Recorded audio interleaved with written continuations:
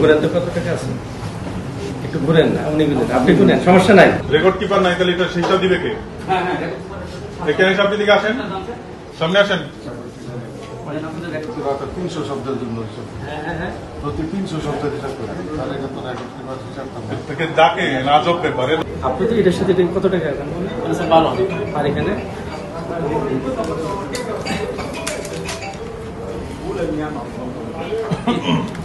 আপনি আসেন, সামনে আসেন। এই রেকর্ড কিপার সামনে আসেন, আপনারা সামনে আসেন।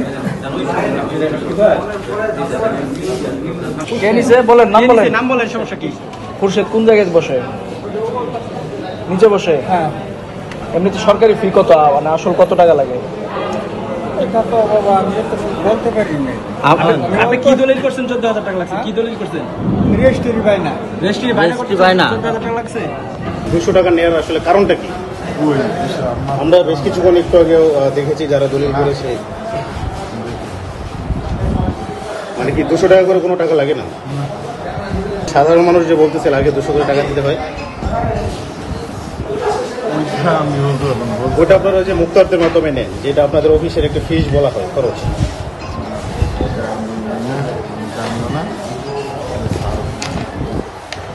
মানে মুক্তারদের মাধ্যমে আপনি কি 200 টাকা করে কোনো টাকা নেন না?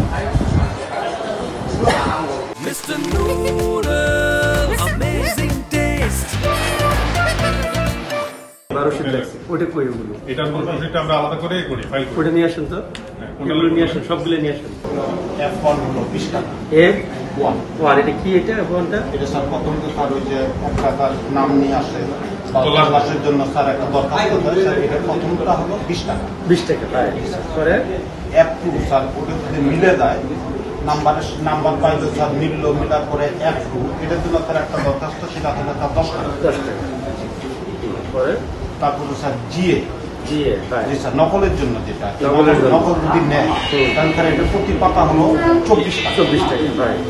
পরে আবার জেবি স্যার প্রতি, আবার স্যার একটা এনপিস আছে নাম্বার অফ পেজের, যেটা এটা স্যার হলো 15 টাকা। 15 টাকা। জি স্যার।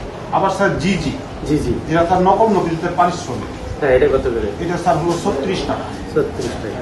তাহলে একটা ব্যক্তি যখন নকলের জন্য আবেদন করে, ধরেন একটা ব্যক্তির সাফল দলিল আছে, সেটা ধরে 1000 টাকা বা 1500 টাকার দলিল 10 পৃষ্ঠা বা 10 পাতা।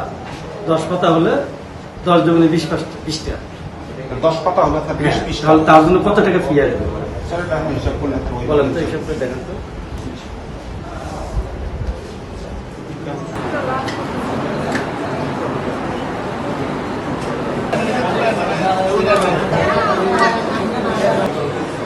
সুন্দরভাবে কাজ করা, সুন্দরভাবে কাজ হচ্ছে।